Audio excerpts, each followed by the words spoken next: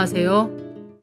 저는 불과 몇 개월 전만 해도 인생이 참 즐겁고 남부러울 것이 없는 남자였습니다.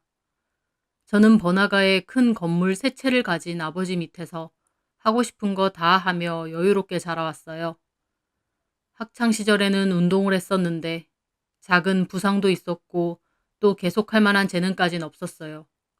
그래서 겸사겸사 그만두고 외국으로 여행 겸 유학을 갔다 왔다가 지금은 아버지 건물 안에서 운동센터를 운영 중입니다. 그러다 저희 센터의 고객분의 소개로 피부과 의사인 지금의 아내를 만나게 되었습니다. 여유 있는 집안과 한창 운영이 잘 되고 있는 운동센터, 그리고 미모의 의사 와이프까지. 제가 생각해도 저는 크게 아쉬운 게 없었습니다. 내놓으라 하는 부자도 아니고 재벌도 아니지만 제 기준에선 큰 고민도 걱정도 없이 하루하루가 평탄하고 좋았거든요. 불과 얼마 전 바로 그 일이 저에게 닥치기 전까지는요. 아내를 소개해 주신 분은 저희 센터에서 필라테스를 배우시는 회원분이세요. 그분 왈 자기 친구네 병원에서 일하는 닥터가 있는데 외모도 예쁘고 성격도 좋더라며 저랑 잘 어울릴 것 같아 중신을 서고 싶다고 하시더라고요.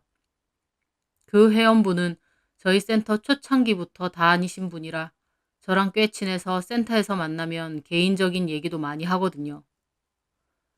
저보고 차 대표처럼 괜찮은 사람이 왜 아직도 장가를 못 갔냐며 자기가 중신 서도 되냐는 소리를 몇 번 하셨어요. 저는 그때까지만 해도 결혼은 해도 그만, 안 해도 그만이라는 생각이었어요. 그치만 고객님이 일부러 신경 써서 소개해 주신다 하니 감사하다고 하며 소개를 받는다고 했죠. 그렇게 별 생각 없이 자리에 나갔는데 자리에 앉아 있는 아내를 보고 한눈에 반했습니다. 차분한 분위기에 약간 차가워 보이는 인상이기도 한데 막상 대화를 해보니 잘 웃고 말투도 나긋나긋하고 여성스럽더라고요. 게다가 의사다 보니 대화 속에서 지적인 면도 많이 보였습니다. 제가 학창 시절에 운동만 해왔어서 저랑 반대되는 지적인 여자가 이상형이었거든요. 그렇게 저는 아내에 푹 빠졌고 만난 지 6개월 만에 속전속결로 결혼까지 하게 되었어요.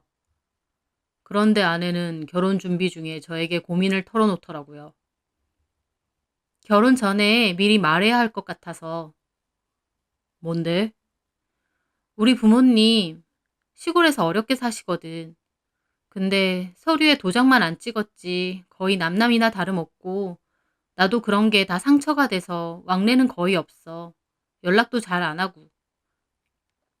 저는 발가만 보이던 아내에게 그런 사정이 있을 거라고는 생각지도 못했습니다. 학교 들어갈 때 등록금도 안 해주시려는 거야. 뭐하러 비싼 의대 가냐고 구박도 많이 하시고. 워낙에 시골뿐이거든. 그래서 학교도 학자금 대출로 힘들게 다녔어. 그런 이유로 나 부모님과 거의 의절한 거나 다름없어. 자기 진짜 힘들었겠다. 결혼한다 말씀드리니 상견례하고 결혼식은 참석하신대. 근데 이런 거 어머님 아버님에게 말씀 안 드렸음에. 시작도 전에 책 잡히고 싶지 않아. 저는 아내의 말을 다 이해했습니다. 부모님 그늘에서 풍족하고 여유롭게만 살아온 저와는 다르게 혼자의 힘으로 커온 아내가 안쓰럽기도 하면서 한편으론 대단하고 멋지기도 하더라고요. 무슨 말인지 알겠다고 했는데 아내는 조심스럽게 덧붙여 말하더군요. 그리고 내가 지금 병원 들어간 지 그렇게 오래되지 않아서 모아놓은 돈도 별로 없어. 학자금 대출도 상환해야 하고. 저는 무슨 말인지 알겠다고 했습니다. 결혼 준비에 관한 비용은 일체 걱정하지 말라고 했어요. 그리고 결혼하면 제 통장도 다 맡길 테니 거기서 학자금 대출과 생활비 대출 받았던 금액도 전액 상환하라고 했습니다. 아내는 너무 고맙다며 저를 만난 건 큰 행운이라고 하더군요. 그렇게 저희는 결혼식을 올렸습니다. 저희 아버지는 특히나 아내를 예뻐하셨어요. 저랑 형 둘 다 무뚝뚝한 아들인지라 늘 딸이 하나 있었으면 하고 원하셨는데 아내는 성격도 곰살맞고 싹싹하게 잘하는 데다 직업도 의사라며 특히나 더 좋아하셨죠. 그래서 결혼하고 얼마 지나지 않아 며느리 예쁘다고 차까지 한 대 뽑아주셨습니다. 아내도 저희 부모님께 잘했고요. 그렇게 아무 문제 없이 행복하게 지내고 있던 무렵이었어요. 저희 아버지께서 하루는 저희 보고 집에 오라고 하시더라고요. 무슨 일인가 가보니 아버지 건물 안에 아내의 병원을 개원하는 게 어떻겠냐고 하더군요. 아내는 좋아했습니다. 아버지 건물인데다 안에 들어가는 비용도 아버지가 해주기로 하셨으니 아내 입장에선 싫을 이유가 없죠. 그렇게 아내는 다니던 병원은 그만두고 자기 병원 개원 준비로 한참 바쁘던 때였어요. 제가 집에다 센터 관련된 서류를 두고 온 게 생각나서 집에 잠깐 들렸는데 아내가 안방에서 누군가와 통화 중이었습니다. 그런데 아내의 목소리가 몹시 화나 있더군요. 누군가와 싸우는 듯 했습니다. 좀만 기다려. 내가 다 돌려줄 테니까. 그리고 이렇게 불쑥 전화하지 마.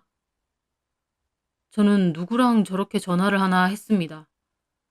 아내는 전화를 끊고도 씩씩대더군요. 누구랑 통화를 그렇게 해? 제가 방문을 밀며 그렇게 말하니 아내가 저승사자라도 본 양 화들짝 놀라더군요. 어머 깜짝이야. 언제 왔어? 좀 전에. 누구랑 통화하는 거야? 막 싸우는 것 같던데? 그러자 아내는 당황한 얼굴로 말하는 겁니다. 아, 의대 동기야. 사소한 문제가 좀 있어서. 별거 아니니까 신경 쓰지 마. 아내는 그렇게 말하고 자리를 비웠습니다. 저는 늘 나긋나긋한 아내에게 저런 모습도 있구나 신기했습니다. 그렇게 시간이 지났고 아내는 피부과를 개원했습니다. 개원을 축하하기 위해 아내의 선배와 동문들도 많이 오고 저희 부모님, 제 친구들도 와서 축하를 해줬습니다. 병원에는 여기저기서 보낸 화환과 꽃다발이 가득했죠. 그렇게 정신없는 시간을 보내고 손님들이 다 떠난 후 뒷정리를 할 때였습니다. 출장 뷔페 사람들과 아내, 병원 직원들, 그리고 제가 남아 있었죠. 저는 한쪽에 가득 모인 화환과 꽃다발들을 하나씩 보는데 보통은 축하 리본에 누가 보냈는지를 표기해 놓잖아요. 근데 유독 눈에 띄는 꽃바구니 하나가 있는 겁니다. 짙은 보라색 꽃이 한가득인 꽃바구니였어요. 그 꽃바구니의 축하 리본에는 그 어떤 글귀도 없더군요. 이건 누가 보냈을까 생각하며 들어서 살펴보니 깊숙한 곳에 카드 하나가 꽂혀 있는 거예요. 저는 아내에게 바로 줄까 하다가 궁금해서 그냥 제가 열어봤습니다. 그런데 그 카드를 보는 순간 저는 들고 있던 꽃바구니를 놓칠 뻔했습니다. 그 카드에는 이렇게 쓰여져 있었습니다. 이제 네가 원하는 걸 다 이뤘네. 축하해. 언제나 뒤에서 응원할게. 당신의 남편으로부터. 남편이라니. 이게 무슨 소린가요? 남편은 전데요. 순간 벙찌더라고요. 그리고 바로 든 생각이 잘못 온 꽃바구니구나 였습니다. 누군진 모르지만 자기 아내에게 보내야 되는 꽃바구니를 이쪽으로 잘못 보낸 것 같았어요. 저는 왠지 찝찝한 기분으로 꽃을 살폈습니다. 꽃도 기분 나쁘게 칙칙한 보랏빛이 가득하더군요. 자기 아내에게 주는 거라면서 무슨 이런 꽃바구니를 보냈을까 그렇게 생각하며 제가 그걸 보고 있자 저희 아내가 다가와 물었습니다. 뭐해 자기야? 아, 이거. 안 그래도 아까 슬쩍 보는데 이 꽃바구니만 칙칙해서 눈에 띄는 거야. 그때 뒤에 있던 직원이 말하더라고요. 그거 아네모네예요, 원장님. 아네모네요? 네. 원래는 포인트로 한두 송이 넣는데 그렇게 전부 다 아네모네로 한 건 처음 봐요. 그것도 보라색. 아네모네도 예쁜 색 많거든요.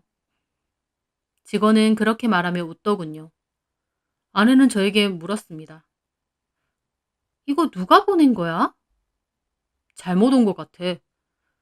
저는 그렇게 말하며 카드를 아내에게 줬습니다. 그런데 카드를 본 아내의 얼굴이 갑자기 창백해지는 거예요. 그러더니 저를 보고는 어색하게 웃더군요. 진짜 잘못 왔나 보네. 아내는 그렇게 말하더니 카드를 구기고 꽃바구니를 들고 가려고 하더군요. 어디가? 버려야지. 잘못 왔잖아. 멀쩡한 꽃을 버린다고? 기분 나쁘잖아. 색깔도 그렇고. 그러자 그 직원이 말렸습니다. 어? 원장님, 그럼 저 주세요. 아깝잖아요. 그런데 아내가 날카롭게 대답하더군요. 버린다고 했잖아요. 아내의 말에 그 직원도 저도 몹시 놀랐습니다. 자기가 더 당황한 아내는 급히 비품실로 가더니 커다란 쓰레기 봉투를 꺼내 그 안에 그 꽃바구니를 쳐넣더군요. 그 순간 저는 아내가 저에게 뭔가를 숨긴다는 생각이 강하게 들었습니다. 아내의 행동이 너무 과민했거든요. 차라리 아내도 가볍게 넘겼으면 잘못 온 거라 생각하고 그만이었을 것 같아요. 그런데 아내의 행동은 지나치게 예민하고 불안해 보였습니다. 저는 도대체 저 꽃바구니를 보낸 사람이 누굴까 싶었어요. 아내의 행동으로 보니 왠지 잘못 온 꽃바구니 같지는 않았습니다. 누가 심한 장난을 친 건지. 왠지 머릿속이 복잡하더군요. 아내는 그 꽃바구니 사건 이후로는 다시 제가 알던 아내의 모습으로 돌아왔습니다. 병원이 개원을 했으니 아주 바빴는데 그 와중에 저한테도 잘하고 여전히 저희 부모님께도 잘하고요. 모든 것은 다 똑같았지만 단 한 가지, 제 마음은 그렇지 않았습니다. 본능적으로 뭔가 아내에게 내가 모르는 뭔가가 있다는 생각이 들었거든요. 그렇게 한동안은 머릿속이 복잡했습니다. 그런데요, 생각을 거듭하다가 문득 개원하기 얼마 전 아내가 화를 내며 전화를 받았던 일이 떠오르더군요. 지금 생각해보니 대화 내용도 이상했습니다. 저는 왠지 직감적으로 그 전화를 건 사람이 제가 모르는 아내의 모습을 알고 있을 것 같다는 생각이 들었어요. 설사 그게 아니더라도 확인을 해봐야 직성이 풀릴 것 같았죠. 그래서 그날 밤 아내가 잠이 들고 나서 아내의 폰을 갖고 나가 해당 날짜의 통화 기록을 봤습니다. 해당 날짜 통화 목록에는 많은 연락처가 있었는데 그중 딱 번호 하나만 저장이 안 돼서 번호 그대로 뜨더라고요. 시간대도 제가 그때 들은 그 시간대인 것 같아 저는 그 번호를 따로 제 폰에 저장해 뒀습니다. 그리고 다음 날 전화를 걸까 말까 고민했어요. 그때 아내의 통화를 돌이켜보면 아내가 통화한 사람과 싸운 듯 했는데 괜히 제가 전화해서 문제를 만들지도 모르는 일이었습니다. 하지만 왠지 전화를 해봐야 될 것 같은 직감이 강하게 들더군요. 그래서 에라 모르겠다는 심정으로 전화를 걸었죠. 신호가 가고 한참 뒤 거의 전화가 끊어질 무렵 받았습니다. 그런데 남자더군요. 여보세요? 저는 남자가 받아서 좀 당황했습니다. 저는 막연하게 여자라고 생각했거든요. 제가 우물쭈물하자 그 남자가 다시 묻더군요. 누구시죠? 저는 끊을까 말까 하다가 물어봤습니다. 저기, 저는 이미윤 씨 남편인데요. 제 말에 상대방 남자는 조용해졌습니다. 저는 그 순간 와이프가 바람을 피는 건가 라는 생각이 들어 가슴이 뛰었습니다. 저는 말을 이어갔죠. 이런 전화 실례일 수도 있지만 제가 얼마 전 저희 와이프랑 통화하시는 걸 들었어요. 그런데 저희 와이프와는 어떻게 하시는 사이인가요? 혹시 같은 의대 동기신가요? 제 물음에도 남자는 아무런 말이 없었습니다. 저는 전화가 끊어진 줄 알았어요.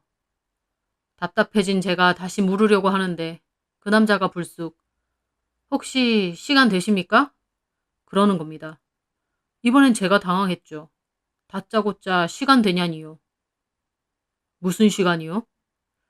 시간 되시면 좀 만나 뵀으면 하는데요. 제가 그쪽으로 갈 수 있습니다. 무슨 일로요?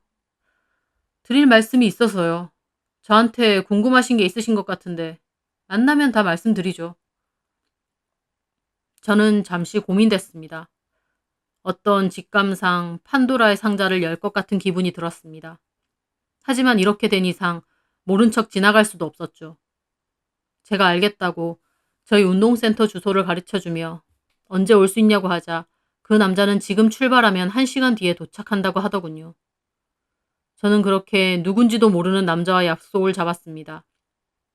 센터 앞에서 초조하게 기다렸어요. 누구일까? 왜 날 보자고 할까? 아내랑은 무슨 사이일까? 머릿속이 터질 것 같았어요. 그렇게 기다리던 끝에 저 멀리서 수수한 옷차림의 한 남자가 다가오더군요. 몸은 좀 말랐고 수염이 살짝 나 있었어요. 피곤하고 푸석해 보이더라고요. 전화 받으신 분? 예. 일단 여기 카페 가서 얘기하시겠어요? 예. 그렇게 그 남자와 저는 어색하게 마주 앉았습니다. 본론부터 바로 얘기하죠. 누구시죠? 그리고 저를 왜 보자고 하신 거죠? 그 말에 그 남자는 커피를 대뜸 마시더군요. 그러더니 한숨과 함께 말했습니다. 여기서 누가 피해자인 걸까요? 저는 무슨 뚱딴지 같은 소린가 했어요. 예? 이미은의 현 남편인 그쪽이랑 전 남편인 저랑 누가 더 피해자인 걸까 궁금해서요. 아니면 우리 둘 다 피해자인가? 저는 그 말에 갑자기 얼굴이 확 달아올랐습니다. 갑자기 전 남편이라니.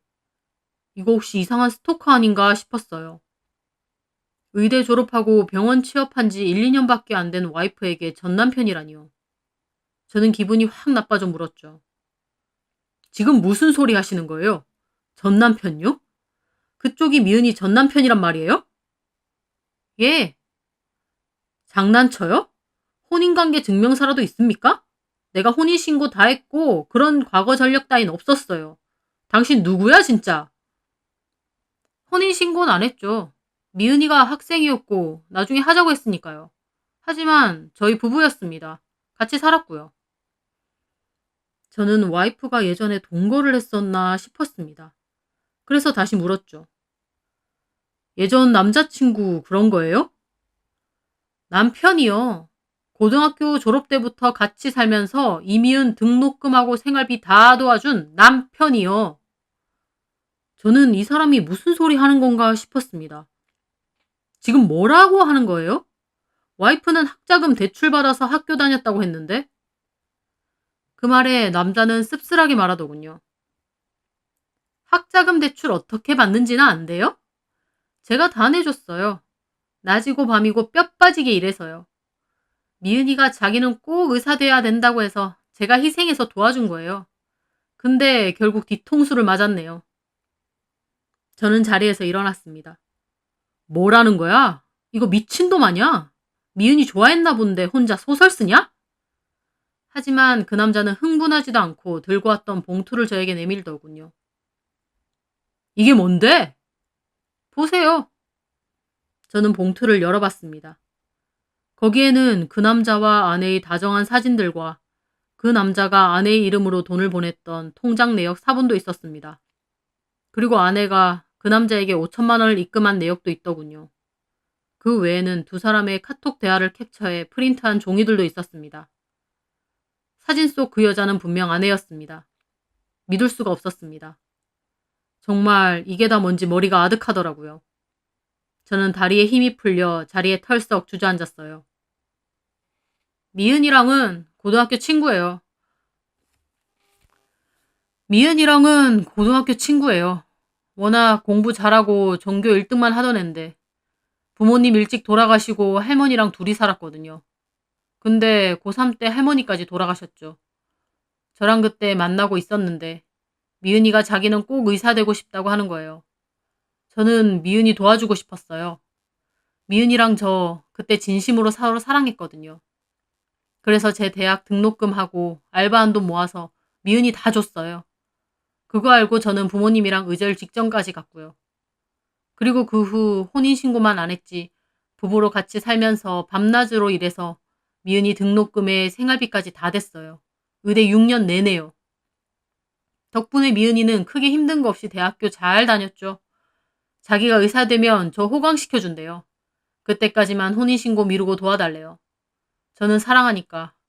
사랑한다고 믿었으니까 병신같이 죽어라 이래서 도왔던 거고요.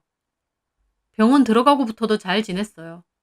그런데 갑자기 저한테 그만 만나자고 도와줬던 건 어떻게든 돌려주겠다 하더군요. 그리고선 갑자기 연락도 다 끊어버리고요. 병원 찾아가니까 경찰에 신고까지 해버리더군요. 저도 거의 반은 미쳐서 뒤에서 수소문해봤더니 그쪽이랑 만난다고 하더군요. 결혼 전제로. 아, 내가 배신당한 거구나. 이용당한 거구나. 그때 느꼈어요.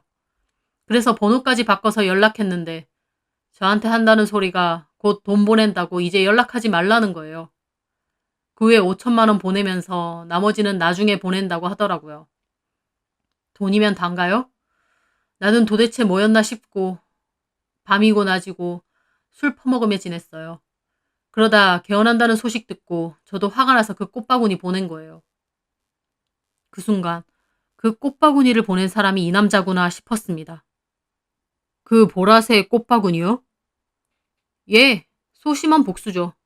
남편분이 보길 바라면서요.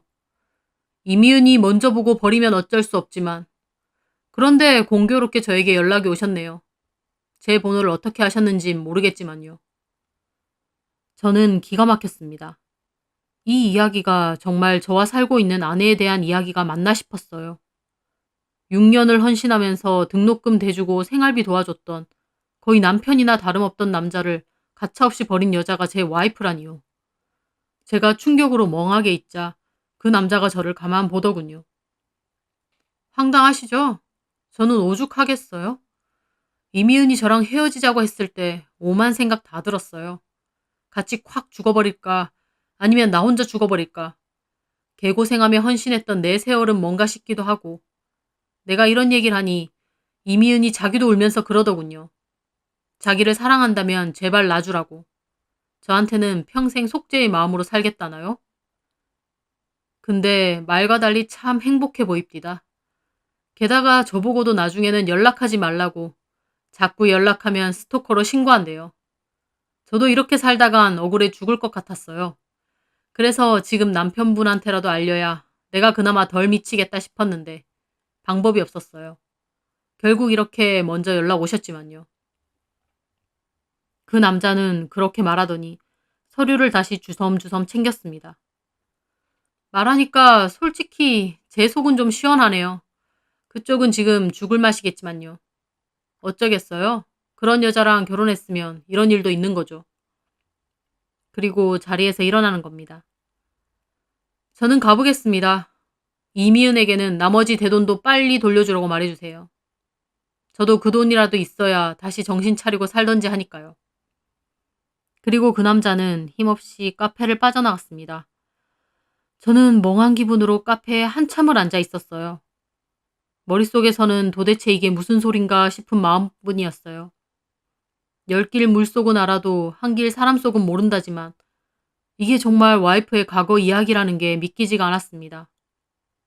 몇 시간이고 멍하게 앉아 있다가 저는 집으로 갔습니다. 그리고 아내에게 줬던 통장들을 찾아봤어요. 아내가 들고 있는지 안 보이더라고요. 아마 그 통장에 있던 돈을 그 남자에게 보낸 거겠죠. 저는 아내에게 전화를 걸었습니다. 응? 무슨 일이야? 나 좀 이따 시술 들어가야 되는데. 환자 많아? 응. 급한 일 아니면 집에 가서 얘기할래? 미은아. 어? 나 그 남자 만났어. 그 남자? 네 전 남편. 그 순간 아내는 아무 말도 하지 않았습니다. 그러더니 지금 집이야? 어. 지금 집으로 갈게. 그리고 아내는 전화를 끊었습니다. 제가 멍하게 앉아 있으니 아내가 헐레벌떡 들어오더군요. 자기야. 아내의 얼굴을 보자 저는 이상하게 감정이 복받쳐서 거의 울면서 말했죠. 내가 들은 게 다 사실이야? 그 남자가 뭐라고 했는데? 고등학교 졸업하고부터 혼인신고만 안 했지 거의 부부로 같이 살면서 네 등록금이며 생활비 다 대줬다고. 네 뒷바라지 다 했는데 나랑 만나고 자기는 버렸다고 하더라. 아내는 눈이 동그래졌습니다. 저는 절규하며 말했죠. 사실 아니지? 그 남자가 다 지어낸 거지? 아내는 얼굴이 새하얗게 질리더니 말했습니다. 어떻게 만난 거야? 그 남자가 전화한 거야? 내가 전화했어. 당신 폰에서 번호 찾아서. 어떻게 알고? 시작은 그 꽃바구니 때문에.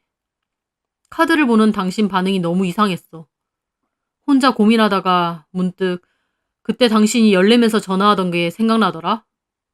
평소엔 화도 잘 안 내는 사람이 그때 막 불같이 화내고 뭐라도 알 수 있지 않을까 싶어서 전화했는데 그 남자더라. 아내는 힘없이 화장대 의자에 앉더군요. 분명 다 들었고 서류도 다 봤는데 믿을 수가 없네. 그럼 파렴치한 인간이 당신 맞아? 나를 감쪽같이 속이고 돌아가신 부모님까지 시골에 있다고 거짓말한 사람이 진짜 당신이야? 그럼 그때 결혼식에 온 사람들은 도대체 누구야? 그 사람들도 돈 주고 산 거야?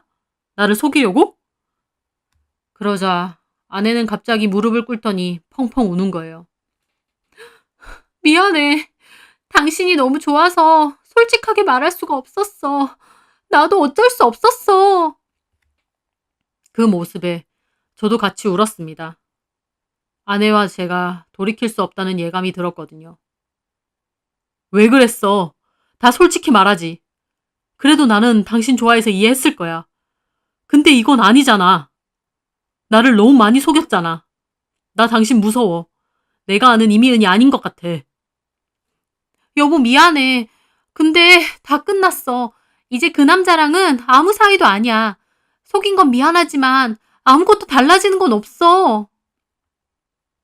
아내의 절규에도 저는 힘없이 자리에서 일어났습니다. 아니야. 당신은 돈 때문에 나 선택한 거고 당신을 위해 헌신했던 그 남자를 가차없이 버린 거야. 내가 돈이 없어지면 당신은 나도 떠날 거야.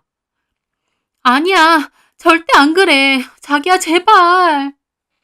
생각할 시간 좀 갖자. 저는 그렇게 집을 나갔습니다. 정말 사랑했던 아내의 과거. 그냥 단순히 남자를 만나거나 동거를 했다면 이렇게까지 화나진 않았을 거예요. 과거 없는 사람은 없으니까요. 하지만 이건 그런 문제가 아니었습니다. 내가 여태까지 보던 아내에게 그런 이면이 있다는 게, 나를 눈 하나 깜짝하지 않고 다 속였다는 게 너무 끔찍했어요. 저는 그 후에 집을 나와 센터에 있는 직원 휴게실에서 당분간 지냈습니다. 생각할 시간이 필요했어요. 아내는 잘못했다고 수시로 전화를 해댔지만 저는 모든 연락을 일체 끊고 생각하고 또 생각했습니다. 아무리 생각해도 결론은 아내와 더 이상 살 수 없다는 거였어요. 한마디로 정이 다 떨어졌거든요. 제 마음이 도저히 아내를 다시 보고 싶지 않더군요. 이런 마음을 아내에게 전달했고 아내는 이혼은 절대 안 된다고 버텨서 현재는 이혼 소송을 준비 중입니다. 그 남자에게 전화하니 해당 자료는 다 줄 수 있다고 하더라고요. 결혼 전 과거 자체는 이혼 사유에 크게 영향이 없다곤 하지만 그래도 의도적으로 저를 속이고 금전적인 부분까지 저를 속이며 그 남자에게 보냈던 부분 등은 가정 파탄의 간접적인 증거로는 쓸 수 있다고 하더군요. 그 남자 말론 아내가 전화를 해선 왜 남편에게 다 얘기를 했냐며 다 같이 죽자는 거냐고 한바탕 난리를 쳤다고 합니다.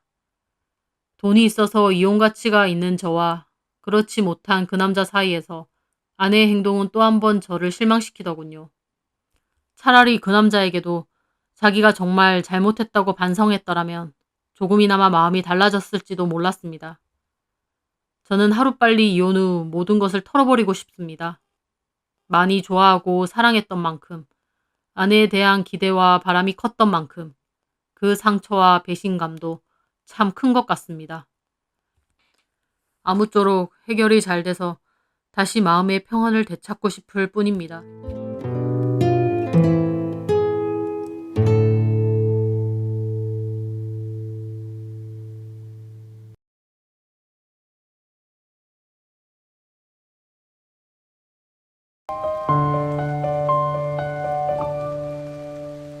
안녕하세요. 저는 지방의 한 소도시에서 여생을 즐기고 있는 50대 주부이자 문화센터에서 마크라메 강사로 활동하고 있는 이향기라고 합니다. 사람 인생 참 한치 앞을 모른다더니 제가 딱 그 짝인 것 같아요. 평생을 남편 뒷바라지와 자식들 키우는데 바쳤고 이제 좀 살만하다 싶으니 믿었던 도끼에 발등을 찍혀버렸으니까요. 하지만 결론부터 말씀드리면 저는 지금 2다리 쭉 뻗고 잠도 잘 자고 편안하게 잘 지냅니다. 제 뒤통수를 친 그것들의 결말이 너무나도 비참하고 또 한편으로는 너무나도 우습기 때문이죠. 지금부터 막장 드라마보다 더 기막힌 제 인생 이야기를 털어놓으려 합니다. 제 남편 오세중은 지역에 있는 꽤 탄탄한 중견기업의 생산직 기장으로 20년 넘게 근무했습니다. 기장이란 직급은 사무직으로 치면 팀장급과 같은데요. 남편의 연봉은 1억 정도 되었고 회사 내에서의 입지도 나름 탄탄한 편이었죠. 남들이 볼 때 저는 남부러울 것 없는 사모님이었을 겁니다.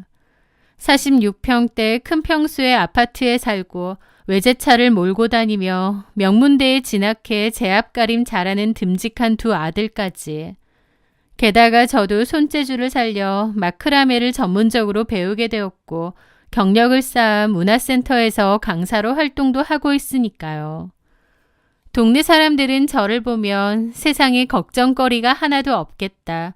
전생에 무슨 덕을 쌓아 저렇게 우아하게 사냐며 부러워했습니다. 하지만 그건 빛 좋은 개살구, 속빈 강정에 불과했습니다. 저희 집 현관문을 열고 들어오는 순간 저는 사모님이 아니라 남편의 무수리가 되어야 했으니까요. 남편은 집에만 오면 손가락 하나 까딱 안 하는 조선시대에서 타임머신을 타고 온 듯한 가부장적인 남자였습니다. 저보다 4살이 많은 남편은 주말이나 휴일에도 소파와 한 몸이 되어 물 떠와라, 리모컨 어딨냐, 과일 깎아와라 등등 저를 부려먹기 일쑤였습니다. 게다가 그는 소위 말하는 지독한 삼식이었습니다. 주말처럼 집에 있는 날은 삼시세끼를 꼬박 집에서 그것도 갓 지은 따뜻한 밥과 국으로 대령해야 했습니다. 냉장고에 들어간 반찬이 다시 나오는 것도 싫어해서 항상 반찬을 새로 해야 했고 국이 조금이라도 식거나 반찬이 마음에 안 들면 숟가락을 식탁에 탁 내려놓으며 내가 밖에서 보러 오는 돈이 얼만데 집에서 찬밥을 먹어야겠냐? 며 성을 내는 사람이었거든요. 저는 웬만하면 화를 내지 않고 좋은 게 좋은 거다 참고 삭히는 성격인데 그 비위를 맞추느라 나중에는 속에서 쓴물이 올라올 지경이었습니다. 하지만 육체적인 고단함보다 저를 더 비참하게 만든 건 따로 있었죠. 결혼 5년 차쯤 때였습니다. 그때 둘째 아들이 막 걸음마를 떼던 무렵이었어요. 남편은 자주 가던 룸살롱 마담과 바람이 났더라고요.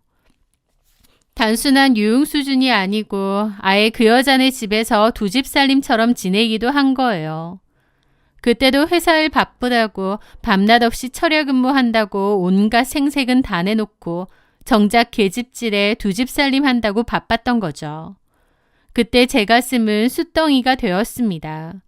당장이라도 한바탕 싸우고 이혼 도장을 찍고 싶었지만 어린 두 아들이 눈에 밟혀 차마 그럴 수 없었습니다. 게다가 그때 당시에는 저도 경제력이 전혀 없었기 때문에 아이들을 키울 형편이 안 되었어요. 그렇다고 개차반 같은 남편에게 아이들 맡기고 이혼하는 건 죽기보다 싫었고요.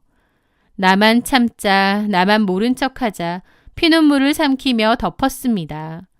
그 뒤로는 같이는 살지만 사실 정은 별로 없었죠.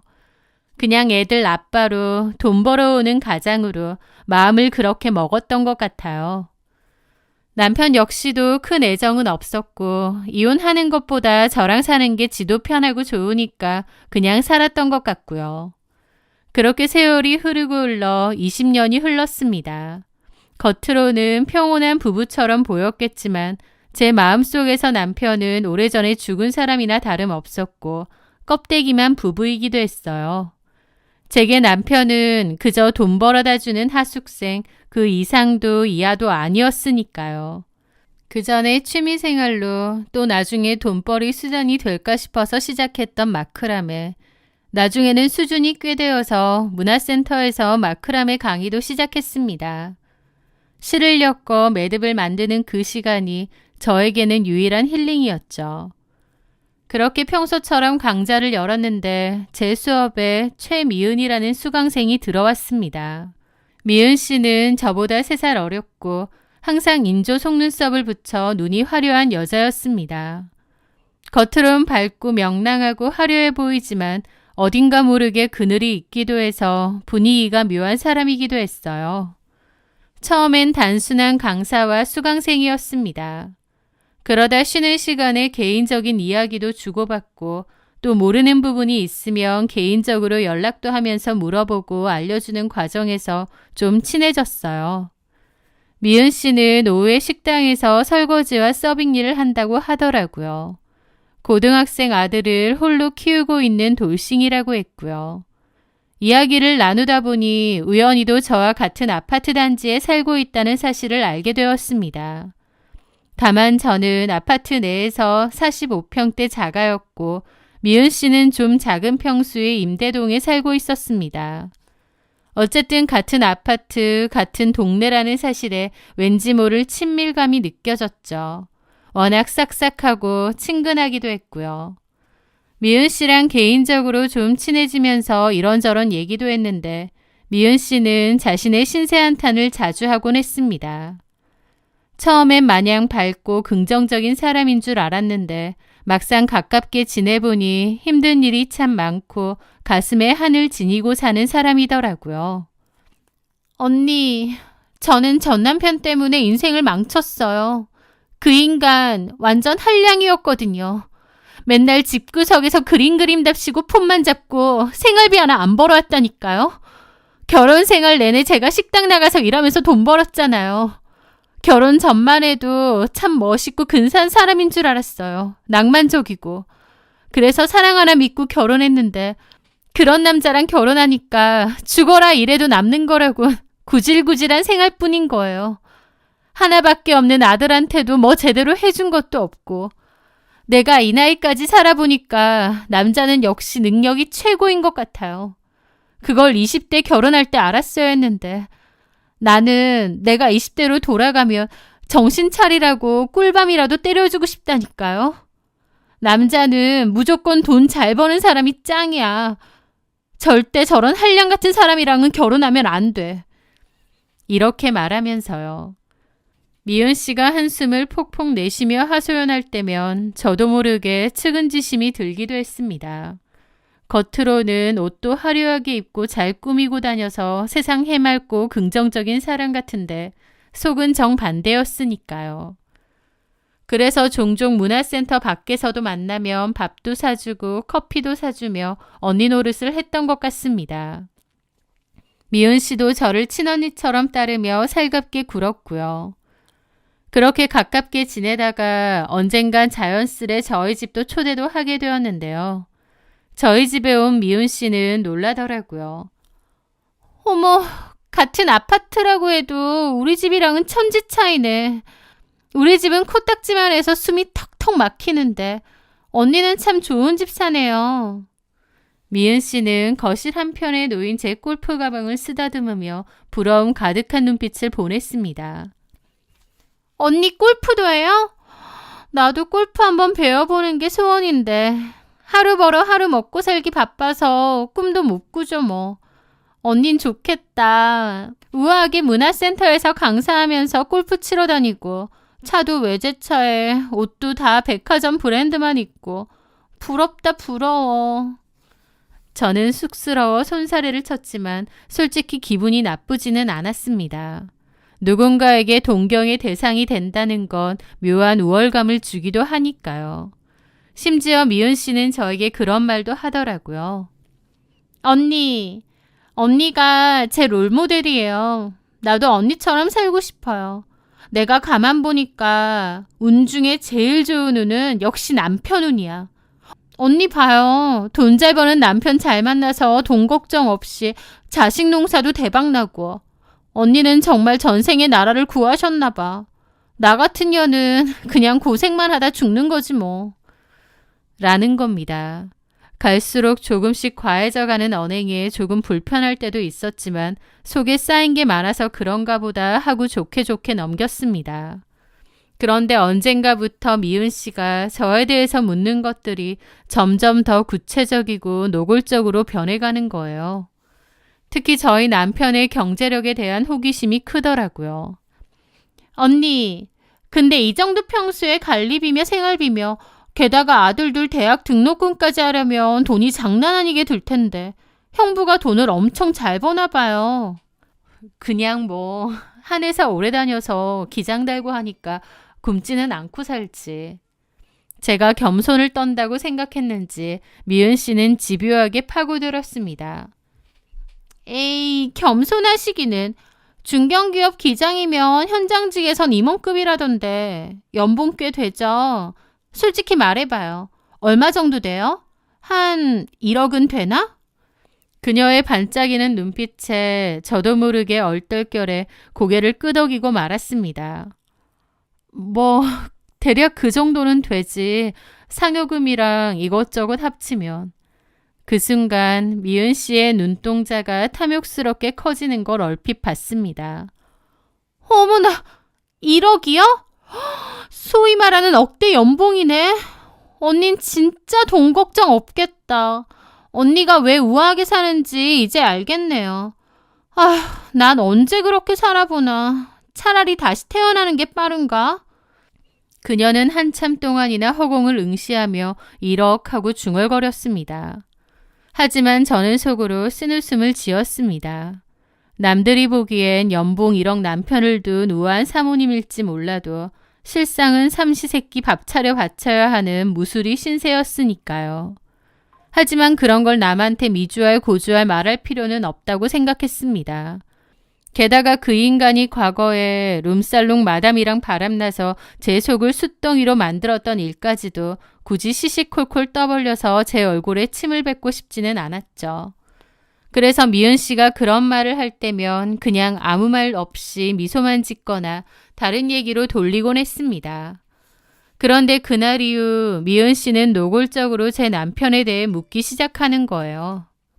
형부는 성격도 좋으시죠? 그렇게 돈 잘 버는데 가정적이까지 하면 진짜 사기 캐릭터인데. 혹시 형부 회사에 돈 많은 돌싱 없어요? 저 나이 많은 거 상관없어요. 그냥 돈만 많으면 돼요. 저도 언니처럼 좀 편하게 살아보고 싶어서 그래요. 저는 그저 농담인 줄 알고 알아볼게 하고 웃어 넘겼습니다. 가끔은 너무 집요해 좀 곤란하거나 불편할 때도 있었지만 그냥 좋게 좋게 이해하려고 했던 것 같아요. 그런데 어느 날 미은 씨의 진짜 속마음을 알게 된 일이 있었습니다. 그날은 미은 씨가 졸라서 저희 집에 놀러 왔을 때였어요. 언니, 나 화장실 좀 급해서. 근데 내 폰으로 가게에서 급한 연락 올 때가 있는데 전화 오면 좀 받아줘요. 화장실 갔다고 해주고. 저는 알겠다고 했죠. 그리고 미은 씨가 화장실로 뛰어 들어간 사이 식탁 위에 놓인 그녀의 휴대폰 화면이 켜졌습니다. 전화인가 싶어서 봤더니 카톡 알림이더라고요. 저는 무심코 화면을 보게 되었는데 방금 전까지 친구와 나누던 대화창이 떠 있는 거예요.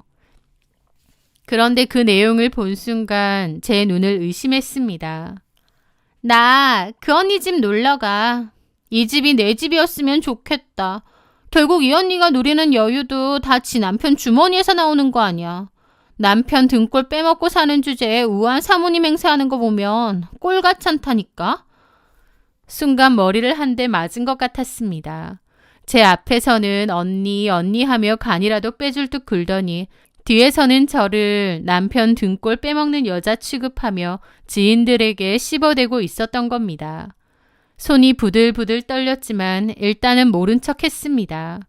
화장실에서 나온 미은 씨는 아무것도 모른 채 언니, 이 커피 너무 맛있어요. 언니는 어쩜 커피도 맛있게 내려요? 하며 눈웃음을 치더군요. 그 가식적인 얼굴을 보니 소름이 끼쳤습니다. 그러면서 속으로는 너무 친하게 지내지 말자 마음을 먹었습니다.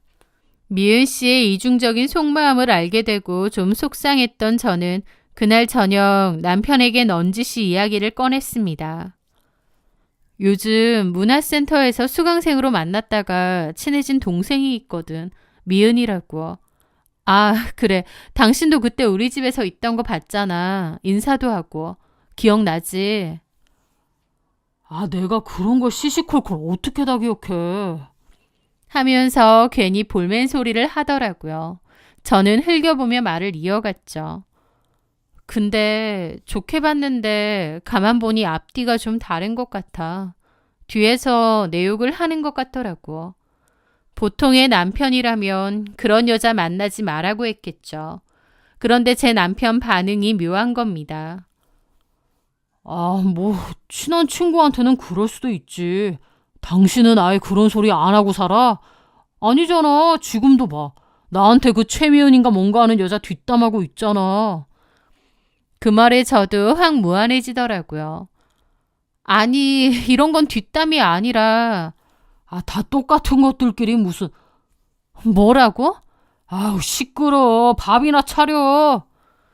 남편의 행동에 저는 가뜩이나 없는 정이 더 떨어지는 기분이었습니다. 어쨌든 남편의 반응과 별도로 저는 그 후로 미은 씨를 조금씩 멀리했습니다. 연락이 와도 적당히 핑계를 대며 피하는 식으로요. 제 앞에선 언니 하면서 뒤에선 그런 뒷담하고 욕하는 걸 알았는데 마냥 친하게 지내긴 어려웠죠. 어느 순간 최미은도 눈치를 챘는지 더 이상은 연락이 안 오더라고요. 그런데 어느 날 갑자기 미은 씨에게서 다급한 문자가 온 겁니다. 언니, 나 자빠져가지고 몸이 너무 아파요. 도와줄 사람도 없고 이러다 죽을 것 같아요. 그 말에 깜짝 놀랐습니다. 당장 다쳐서 아프다는데 모른 척할 수가 없었죠. 전화를 걸었더니 받지도 않더라고요. 심각한 상황인가 싶어서 저는 만사 제쳐두고 그녀의 집으로 달려갔습니다. 도어락 비밀번호도 알려줬기에 바로 문을 열고 들어갔죠. 그런데 현관에 들어서자마자 낯익은 신발이 보이는 겁니다. 다름 아닌 제 남편의 신발이었던 거죠. 이게 여기 왜 있지? 어안이 벙벙하면서 설마 하는 마음으로 신발을 신은 채 안방으로 들어가 문을 벌컥 열어젖혔습니다. 방 안에서는 제 남편 오세중이 팬티 차림으로 침대 한가운데 뻗어 코를 골며 자고 있었으니까요.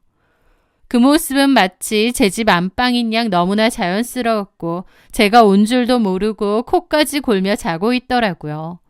저는 그 모습을 보고 소리를 질렀죠. 야! 제가 소리를 지르자 그제야 남편은 감전된 사람처럼 펄쩍 뛰며 일어났습니다. 그 순간 안방에 딸린 욕실 문이 달칵 열리더니 샤워 가운 하나만 걸친 최미은이 나오는 겁니다. 그녀와 눈이 마주친 순간 제 머릿속에서 무언가 툭 하고 끊어지는 소리가 들렸습니다.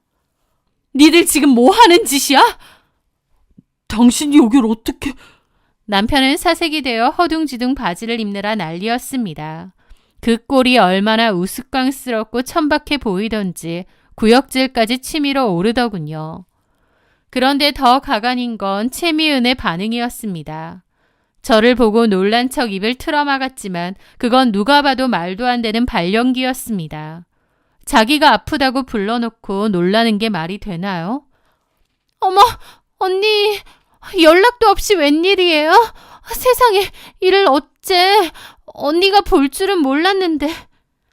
진짜 그 꼬라지를 보는데 지랄하네라는 소리가 절로 나오더라고요. 최미은은 말과 달리 봤지 이제 이 남자는 내 거야 라고 말하는 듯 승리감으로 눈까지 번들거리고 있었죠. 그 꼴을 보니 알겠더라고요.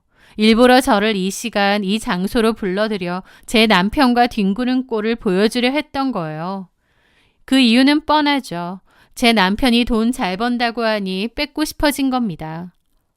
너 아프다며 죽을 것 같다더니 남의 남편이랑 뒹구니까 살만하니? 이게 네가 말한 부업이야?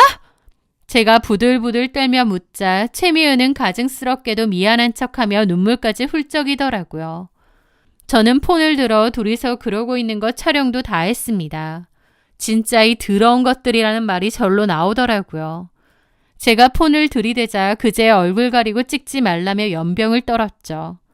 저는 그걸로도 분이 안 풀려 식탁에 보이던 물병을 갖고 와 두 연놈들에게 끼얹어 버렸습니다. 최미은도 소리를 지르고 남편 놈도 미쳤냐고 고함을 지르고 난리였죠. 야, 이 더러운 것들아! 내가 니들 가만둘 줄 알아? 남의 눈에 눈물 나게 하면 니들 눈에선 피눈물 나는 거야. 알아? 저는 물병을 바닥에 집어던진 후 그 난장판을 뒤로 하고 뒤도 돌아보지 않고 그 집을 뛰쳐나왔습니다.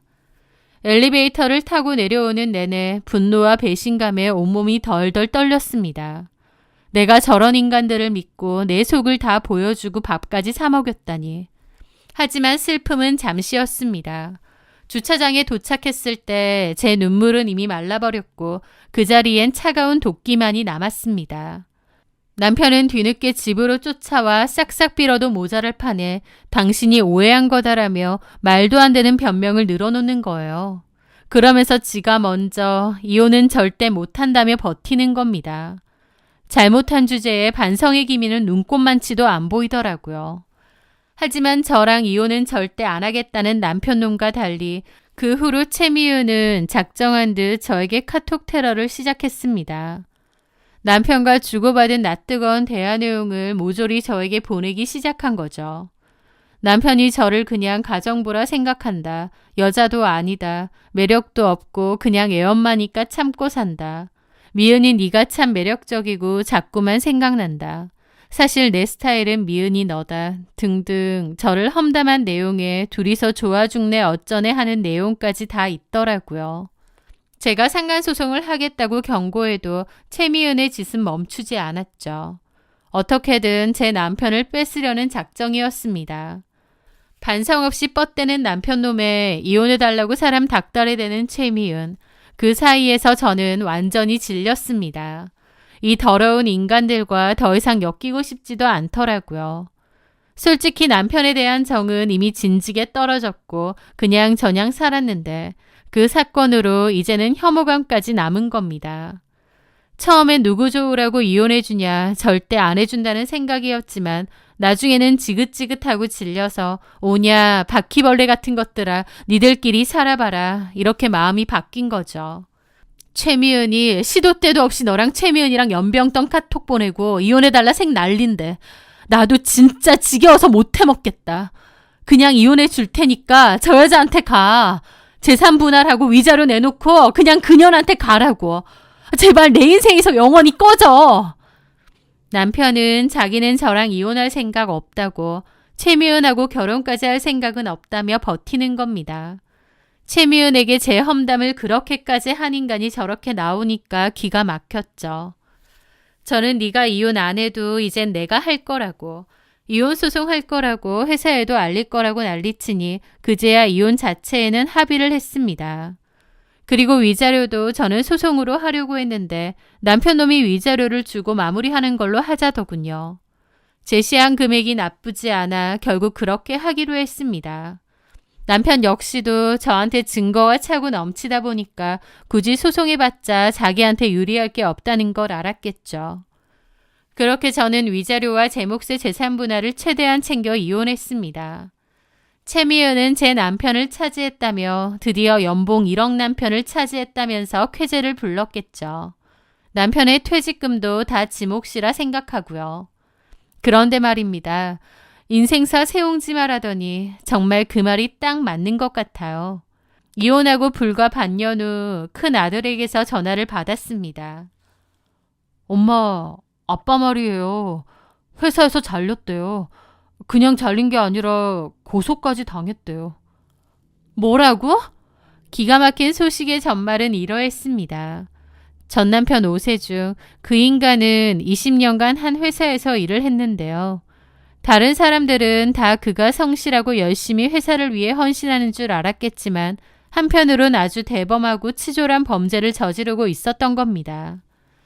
회사에서 제품을 만들고 남는 고가의 원재료들을 처리하는 척하면서 뒤로 빼돌려 팔아먹고 있었던 거예요. 원래는 그걸 팔아서 생기는 수익금은 회사로 환원을 해야 되는데 그걸 안 하고 자기가 개인적으로 다 챙긴 겁니다.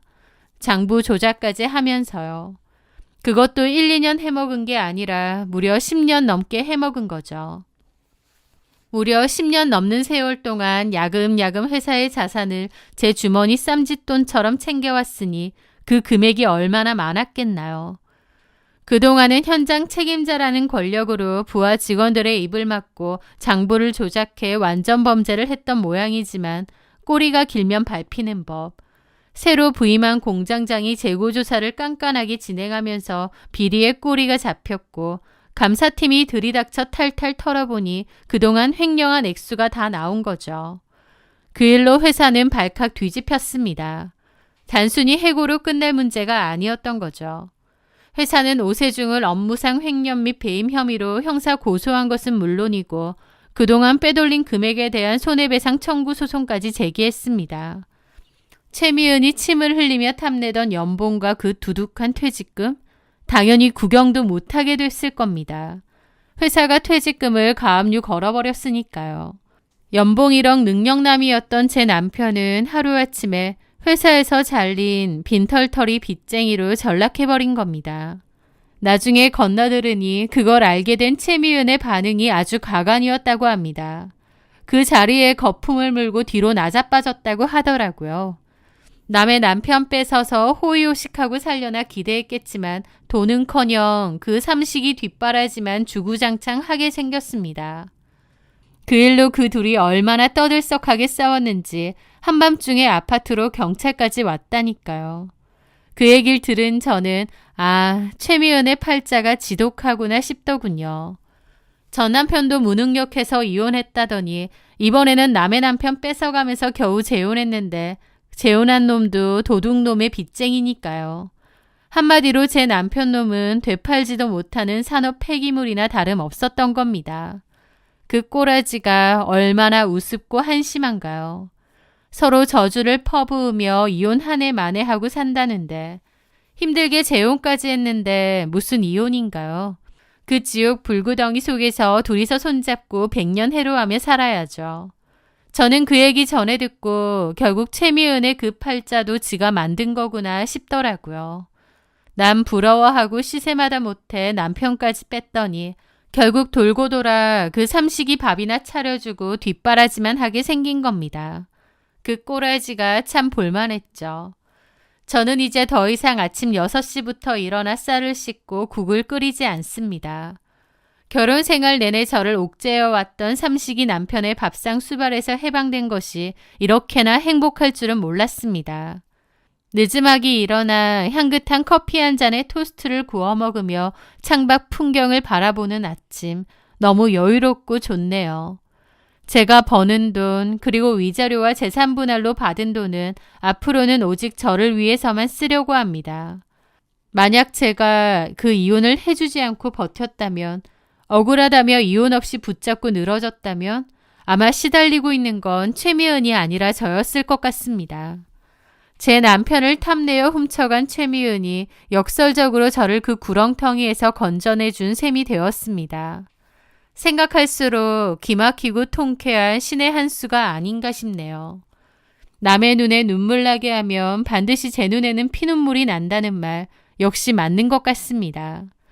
이제 저는 쓰레기 같은 인연은 훌훌 털어버리고 제 곁에 남은 소중한 사람들과 함께 남은 생을 축제처럼 즐기며 살아가겠습니다. 제 긴 이야기를 들어주신 여러분의 가정에는 늘 평온과 행복만이 가득하시길 바랍니다. 감사합니다.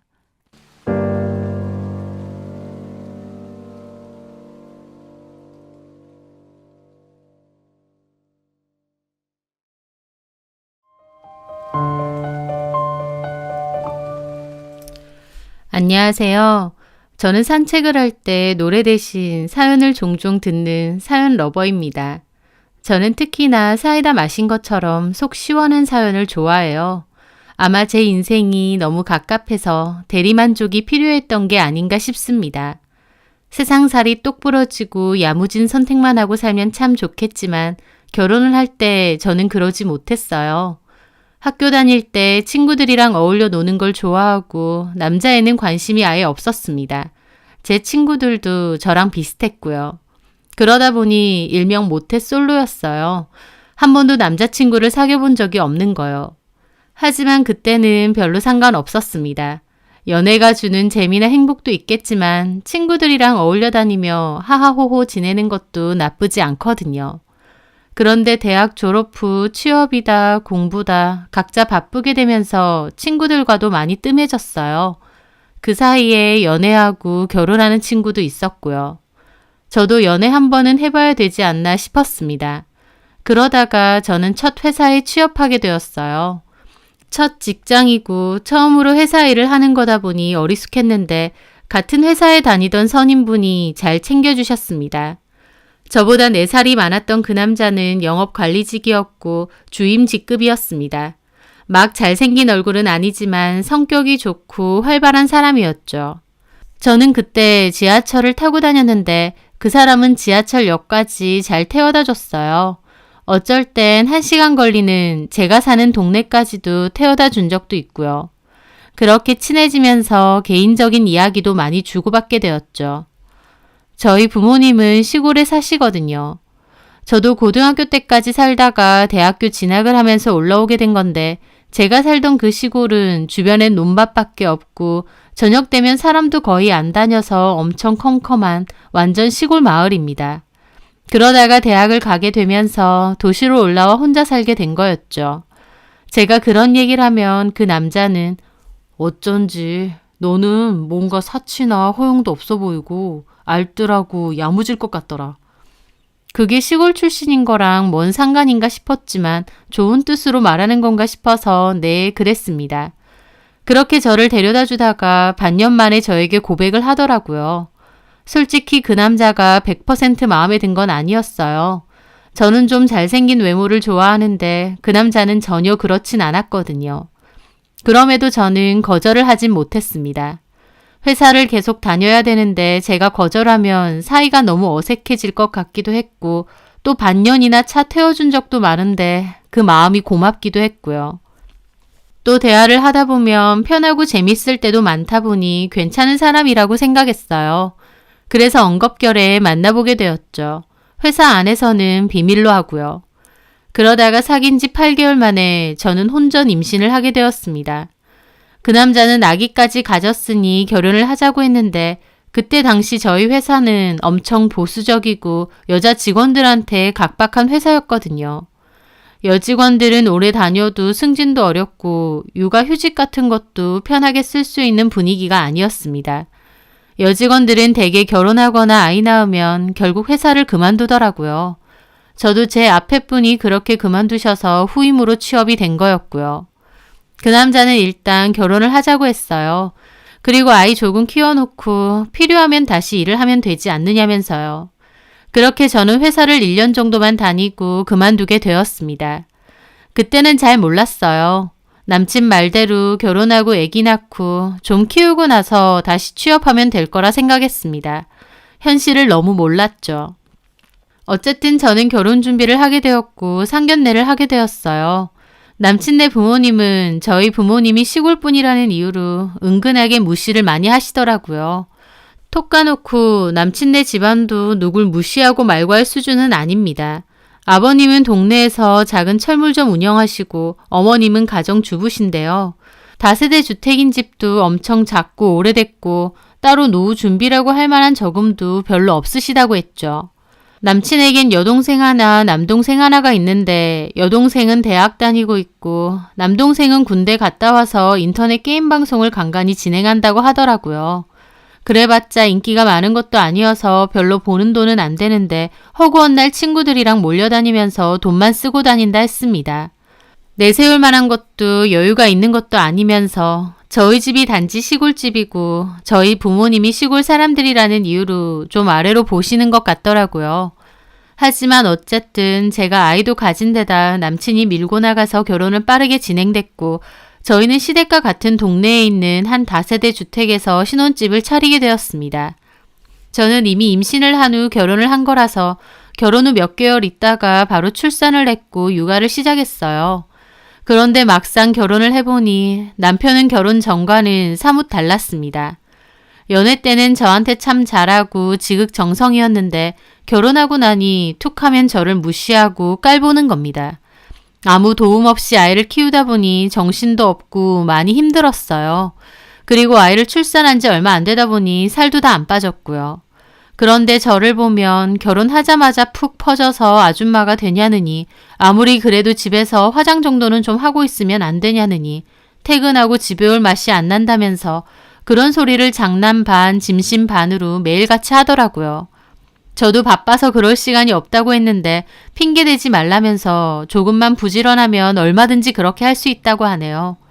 아이 때문에 잠도 잘 못 자고 먹는 것도 서서 먹고 심지어 화장실 갈 때도 아이가 울어서 아이를 안고 갈 때가 많았어요. 샤워도 아이가 겨우 잠들어야 후다닥 하고 나올 때가 많을 정도로 바빴지만 남편은 제가 결혼하자마자 관리도 안 한다고 뭐라고 하더라고요. 제가 무슨 철의 여인도 아니고 살림에 애 보는 것만도 정신이 없는데 살 빼고 집에서 화장까지 하고 있으라는 거였죠. 그러는 남편이 퇴근하고 와서 아이를 좀 봐주거나 씻겨주거나 하는 일은 일절 없었습니다. 남편은 기저귀조차 갈지 못했으니까요. 자다가도 아이가 울면 발로 저를 툭툭 치면서 빨리 가보라고 하던가 자기는 출근해야 되니까 신경 좀 안 쓰이게 해달라고까지 했죠. 남편은 물론 시어머니까지 힘들었어요. 하루는 아이 분유 먹이고 집 치우고 밀린 설거지하고 피곤해서 자는 아이 옆에서 같이 잠들었거든요. 그런데 누가 저를 툭툭 치며 깨우는 겁니다. 눈 떠봤더니 갑자기 어머님이 뚝하니 앉아 계시는 거예요. 너무 놀랐죠. 어머님께 어쩐 일이냐고 하니 경훈이는 힘들게 나가서 돈 벌고 있는데 너는 집에서 처 자고 있느냐고 뭐라고 하시더라고요. 집에는 어떻게 들어오셨냐고 하니 남편이 비번 알려줬다고 하시고요. 시댁과 저희 집은 같은 동네다 보니 걸어서도 7, 8분 안팎일 정도로 가깝거든요. 그 후로 어머님도 툭하면 말도 없이 집에 불쑥불쑥 들어오셨어요. 감시라도 하듯이요. 어쩔 땐 아이 겨우 재워놓고 밥 한 술 뜨려는데 갑자기 확 들어오시는 바람에 기껏 재워놓은 아이가 깬 적도 있었습니다. 저는 눈치 보여서 밥도 제대로 못 먹고요. 갑자기 언제 어머님이 집에 들이닥칠지 모르다 보니 스트레스가 이만저만이 아니었습니다. 우울하고 힘들기도 했지만 그래도 마음을 달랬어요. 남들도 다 이러고 산다. 애 조금 키워놓고 나면 훨씬 낫다더라. 몇 년만 죽었다 생각하고 살자 하면서요. 그렇게 아이가 3살이 됐을 무렵이었습니다. 그쯤 되니 남편은 저한테 나가서 돈 좀 벌어오라고 하더라고요. 마트를 가든 물류센터를 가든 뭐라도 해서 돈을 좀 벌어오라고요. 저도 취업 생각을 안 해본 건 아닙니다. 남편이 받아오는 월급은 뻔했고 살림살이가 정말 힘들었거든요. 남편 월급으로 외벌이 세 식구 살기에는 턱없이 부족하다 보니 제 옷이나 화장품 같은 건 결혼하고 산 적이 없을 정도였어요. 다 남편 거 아니면 아이 거만 샀죠.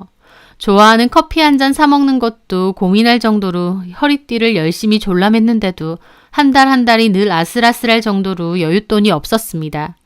그래서 저도 아이 어린이집 보내고 취업 준비를 해볼까 했는데 제가 원래 전 회사에서 하던 일도 ERP 단순 주문과 응대, 격리일 정도였다 보니 특별한 기술이 없었거든요.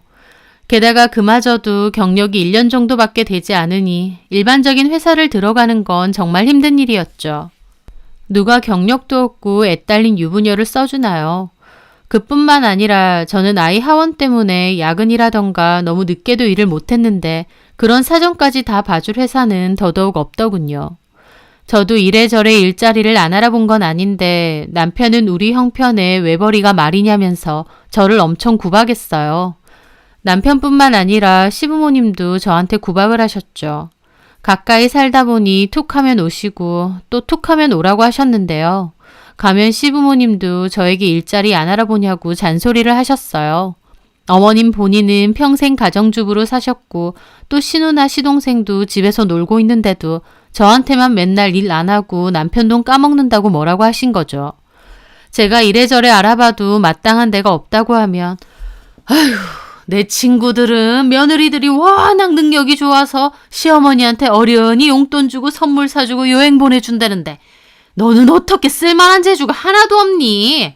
그럴 거면 대학교는 뭐하러 나왔어? 저는 어머님이 그 소리를 할 때면 속으로 울컥했습니다. 신우와 시동생 다 졸업 후 놀고 있고 엄밀히 말하면 저는 가정주부로 집안일 하는 건데도 저한테만 뭐라고 하셨으니까요. 진정이 그저 그러면 본인 능력이라도 좋든가. 어머님이 툭툭 내뱉는 모든 말들은 다 비수 같은 상처가 되었어요. 앞에서는 그냥 모른 척하고 못 들은 척 했습니다. 어차피 그 집에 제 편은 없었거든요. 하지만 뒤에서는 서러워서 눈물 흘리는 날도 많았죠. 엄마가 전화 오면 저는 이런 말들은 일절 안 했습니다. 그냥 잘 지낸다고, 자주 못 가서 미안하다고만 했어요.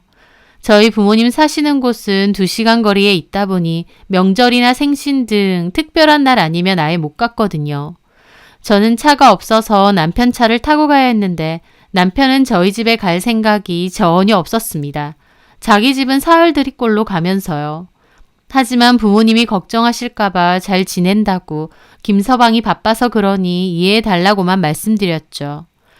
그렇게 시댁에서 식사를 하는데 시동생이 남편한테 그러는 겁니다. 형, 나 카메라 하나만 사주면 안 돼? 뭔 카메라? 나 방송하잖아. 근데 카메라가 너무 구려. 너 게임 방송한다며. 근데 카메라가 뭐가 중요해? 아니면 폰으로 찍던가. 나 폰도 졸라 오래된 거야. 화질이 거지 같으니까 시청자가 안 늘잖아. 그러지 말고 하나 사주라. 장비가 좀 잘 돼 있어야 시청자도 좀 몰리고 돈도 좀 벌 거 아니야. 너 그거 돈은 좀 되냐? 투자를 안 하는데 돈이 되겠어? 아, 형, 나 형 말고 부탁할 데가 없어. 시동생이 조르자 어머님도 옆에서 거드시더라고요. 뭔지는 모르겠는데 동생이 저러니까 하나 해줘라. 경미이도 뭐 해보려고 저러는 것 같은데. 얼만데? 안 비싸. 130. 저는 그 말에 깜짝 놀라 수저질도 멈췄습니다. 130이요? 제가 되묻자 시동생은 티꺼운 표정으로 그러더라고요. 왜요? 그런 돈이 어딨어요. 저희도 메달이 빠듯한데. 130도 없어요? 없죠, 도련님. 카드 할부하면 되잖아요. 그리고 저 형한테 말하는 거거든요. 시동생은 형한테 말한 거라면서 저한테 짜증을 확 내는 겁니다. 저도 좀 기분 나쁘고 황당해서 말했죠. 도련님, 형 돈이면 저희 집 돈이잖아요. 어쨌든 형수 돈은 아니잖아요. 그렇게 말하시면 안 되죠. 어쨌든 저희 집 생활비인데. 근데 그 와중에 남편이 갑자기 제 말을 탁 끊는 겁니다. 가만 있어. 내가 알아서 할 거야. 내 돈 내가 벌어서 내 동생 준다는데 네가 뭔 상관인데. 남편까지 그러는 겁니다. 저는 어이도 없고 너무 섭섭하더라고요. 남편이 저를 항상 개무시하니까 시댁 식구들도 저를 늘 무시했습니다. 이런 상황에 제가 한마디 했다고 바로 그만하라고 윽박을 지르는 거였죠. 제가 어이가 없어서 아무 말 못하고 있으니 시어머니 왈, 그래, 넌 좀 가만히 있어. 해줘도 경훈이가 해주는 건데 네가 왜? 어머님, 저희 사정 뻔히 아시면서 무슨 130이나 되는 카메라를 사줘요. 니네 사정 그런 거 알면 네가 나가서 돈을 벌어와. 돈 한 푼 안 벌어오면서 뭔 잔소리가 그렇게 많아. 어머님은 숟가락까지 탁 내려놓으며 큰 소리로 뭐라고 하는 겁니다. 저는 말문이 턱 막혔는데 시동생 저 비웃고 있고 옆에 앉아있는 아이 보기에도 너무 창피하고 비참하더라고요. 남편은 결국 할부로 카메라 사준다고 했고 그날 집으로 돌아왔는데 잠이 안 오더라고요. 남편이고 시댁 식구들이고 싸그리나 무시하는 줄은 알았지만 해도 너무하는구나 싶고요. 저는 결혼 생활이 행복하지 않았습니다. 낙도 없고 시댁 식구들과 남편의 무시와 구박으로 점점 지쳐가면서 이렇게 사는 게 맞는 건가 싶었죠. 내가 어떻게든 일을 해야겠다는 생각뿐이었지만 취업은 쉽지 않았고 어떤 기술을 배워야겠다 싶더라고요. 고민 끝에 전부터 배우고 싶었던 제빵을 좀 배워보겠다고 했어요. 예전부터 빵이나 쿠키 만드는데 관심도 많아서 집에선 조금씩 해봤거든요. 하지만 남편은 자기 동생한테는 100만 원 넘는 카메라 턱턱 사주면서 저한테는 학원비 내주는 것도 아까워하더라고요. 돈 벌어오랬더니 괜히 돈만 까먹는 거 아니냐면서 취업하랬더니 뭔 학원이냐 하면서요. 저는 베이커리 쪽으로 취업할 테니 학원비만 좀 내달라고 했고 결국 학원도 다니게 되었습니다. 저는 갖은 구박을 당하면서도 꾸역꾸역 학원을 다녔고 정말 열심히 배웠습니다. 학원 선생님도 제가 정말 열심히 하고 센스도 있어서 예쁘고 맛있게 잘 만든다고 하실 정도로요. 저도 열심히 해서 베이커리에 취업도 하고 또 나중에 여건이 되면 내 가게도 차리겠다 마음먹고 해봐야겠다면서 나름 의지와 희망을 갖고 살아가던 때였습니다. 저희 부모님이 하루는 전화가 와서 이번 주말에 김서방이랑 내려오라고 하시는 거예요. 이유는 정확히 설명 안 해주시고요. 저희 부모님은 결혼 생활 내내 먼저 내려오라고 하신 적이 한 번도 없으셨어요. 거리가 있다 보니 도리어 피곤하다고 굳이 힘들게 오지 말라고 하셨거든요. 그런데도 굳이 내려오라고 하시기에 무슨 일이 있나 보다 싶어 남편에게 말했죠. 남편은 단박에 짜증부터 내더라고요. 뭔 일인데 오라가라 해. 가까운 거리도 아니고. 엄마가 하실 말씀이 있대. 자주 오라고 하시는 것도 아니고. 아, 왕복 4시간 하냐. 운전 네가 해? 내가 하잖아. 아, 진짜 피곤하게, 씨. 남편은 엄청 툴툴거렸습니다. 저는 눈치가 너무 보였지만 어쨌든 가기로 했어요. 그렇게 주말이 되었고 저는 2시간 내내 남편의 툴툴거림을 들으면서 저희 친정에 도착했습니다. 오랜만에 오는 거다 보니 더 반갑고 좋더라고요. 남편은 소똥 냄새나는 것 같다고 내리자마자 또 툴툴거리고요. 그렇게 집으로 들어갔고 친정 부모님도 너무 반가워하셨어요. 특히 저희 아이를 오랜만에 보신 거라 너무 좋아하시더라고요. 그렇게 엄마는 식사하면서 얘기하자고 하셨어요. 그런데 식사 도중 엄마가 꺼낸 말은 정말 뜻밖이었습니다. 저희 부모님이 갖고 계신 땅이 따로 있었는데요. 원래는 그렇게 가치가 큰 땅은 아니었거든요. 그런데 거기에 리조트 호텔이 들어오기로 하면서 땅값이 엄청 올랐다는 겁니다. 그 말을 듣는데 뚱한 얼굴로 밥만 먹던 남편이 갑자기 눈이 번쩍 뜨이는 겁니다. 예? 정말요, 어머님? 응, 우리 가지고 있는 땅 측량해 갔어. 우리랑 비슷하게 들고 있는 사람이 감정가가 15억 넘게 나왔다고 하니까 우리도 그쯤 되지 않을까 싶네. 조만간 감정평가 금액이라는 게 나온대. 저는 생각지도 못했습니다. 부모님께서 따로 땅이 있는 건 당연히 알았는데 그 자리에 리조트가 들어오고 또 그 덕에 땅값이 그렇게 뛰리란 건 생각도 못했으니까요. 그렇게 보상을 받으면 부모님은 저에게도 4, 5억 정도 주고 싶고 시내에 살고 있는 동생에게도 3, 4억 정도는 줄 생각이라는 거였죠. 평생 농사만 지으신 부모님께는 정말 큰 횡재가 아닐 수 없었습니다. 저희 부모님 평생 동안 고생 많이 하셨는데 부모님 노년에 좋은 일이 생긴 것 같아 정말 기뻤죠. 잘 됐다고 하면서 남편 얼굴을 봤는데 남편은 자기가 더 얼굴이 시뻘개져서 완전 흥분해 있는 겁니다. 그러면서 막 부모님께 보상에 관해서 이것저것 묻더라고요. 오기 싫다고 그렇게 징징거리면서 도살장에 속 끌려가듯 투덜거리던 인간이 보상 얘기를 듣고는 세상 눈을 반짝이고 고개를 앞쪽으로 내밀어서 저희 부모님 말을 경청하고 있는 거였습니다. 그 모습이 얼마나 꼴불견이던지요. 그렇게 돌아오는데 오는 내내 신나서 어쩔 줄을 몰라 하더라고요. 갈 때만 해도 입이 대빨라서 누가 끼어들기만 해도 시불시불 거리면서 운전하고 갔거든요. 근데 오는 길에는 완전 분위기가 달랐죠. 당장 수중에 큰 돈이라도 생긴 것처럼 설레서 어쩔 줄을 몰라 하는데 참 옆에서 보는데 과간이었습니다. 그러면서 저보고 막 피곤하지 않느냐, 좀 눈 감고 쉬고 있어라, 목은 안 마르냐, 커피 사줄까 등등 완전 다정한 말투로 굽신거리는데 와, 진짜 뭐 저런 인간이 다 있나 싶었습니다. 그 일은 시댁 식구들 귀에도 단번에 들어갔어요. 그 전에는 저를 무시하던 시댁 식구들이 그 소식을 듣고 나선 행동이 180도 달라졌죠. 시어머니는 갑자기 제가 좋아하는 꽃게탕 해놨으니 먹으라고 하고 설거지니 뭐니 일절 신경 쓰지 말래요. 시동생과 신우는 저희 아이랑 갑자기 놀이터 가서 놀아준다고 하고요. 그걸 보는데 얼마나 씁쓸하던지요. 결혼 초반에 어머님이 꽃게탕을 끓이셨고 저는 꽃게탕 좋아한다고 했거든요. 그랬더니 어머님이 갑자기 자기가 퍼줄 테니 앞접시 달라고 해서는 꽃게는 아버님이랑 남편 건져주고 저는 두부만 가득 주시더라고요. 그때 참 서러웠는데 저희 집 보상받는다는 소리에 꽃게탕 저보고 다 먹으라는 겁니다. 그리고 시동생이나 신우도 저희 아이랑 놀아주는 법이 없었습니다. 오히려 떼쓰거나 하면 시끄럽다고 하고 방에 들어오면 나가라고 하고 조카인데도 엄청 차갑게 대했죠. 귀찮아하기도 하고요. 근데 갑자기 저한테 콩콩을 떨어질 게 있어 보이니까 저한테도 잘하려고 하고 저희 아이한테도 너무 잘하려는 겁니다. 그 모습을 보는데 징그럽다는 생각이 딱 들더라고요.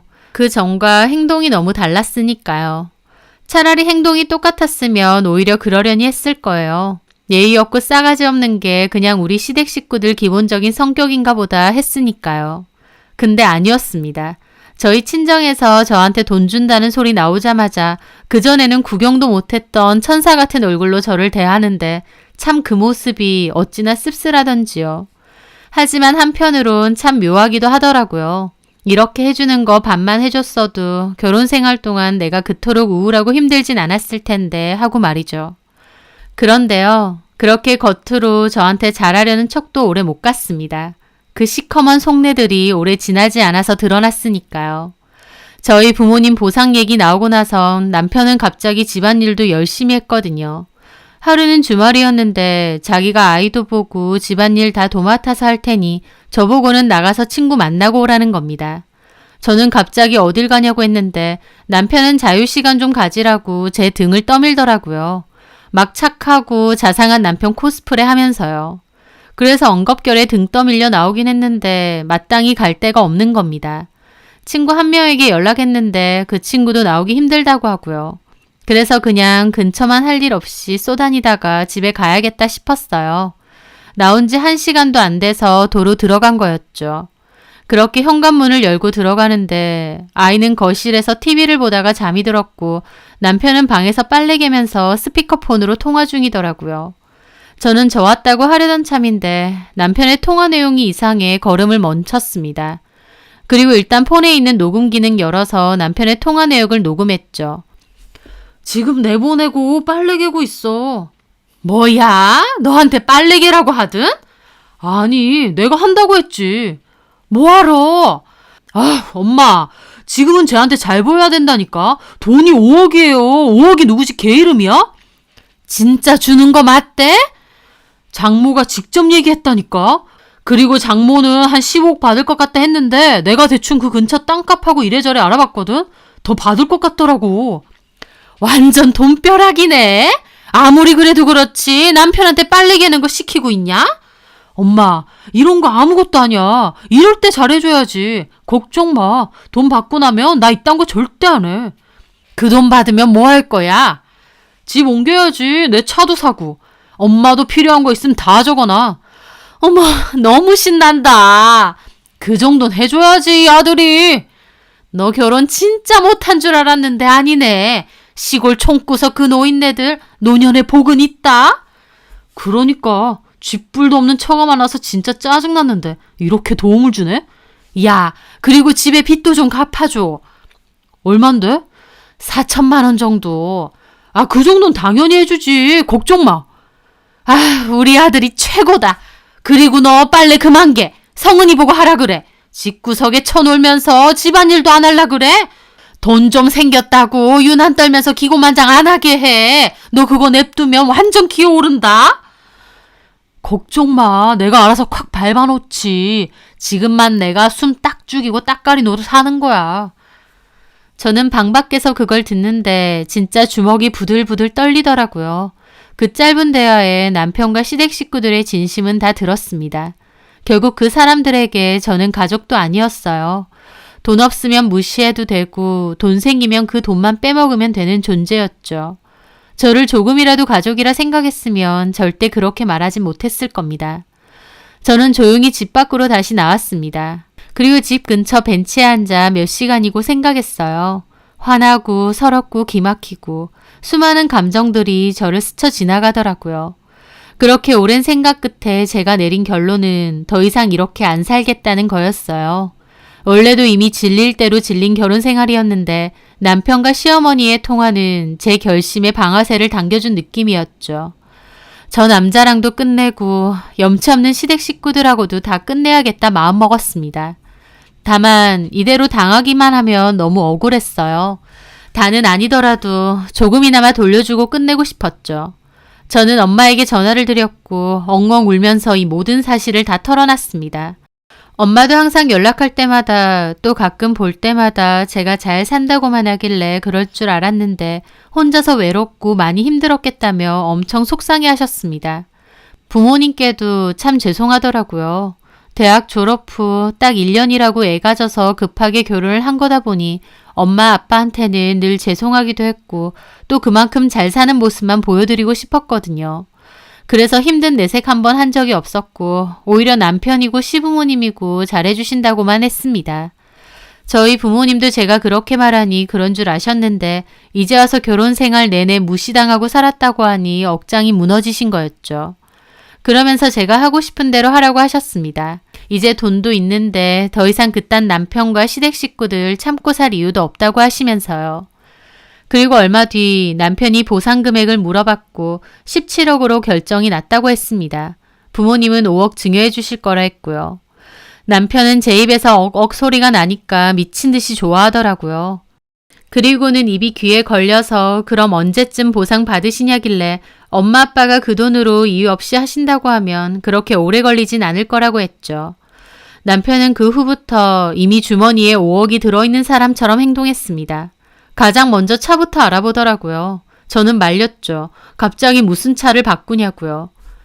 그런데 남편은 지금 타고 다니는 차가 10년이 넘어서 주행 중 떨림이 너무 심하다고, 타고 있다 보면 소음과 떨림 때문에 멀미난다고, 우리 이제 차 바꿀 때 됐다고 하는 겁니다.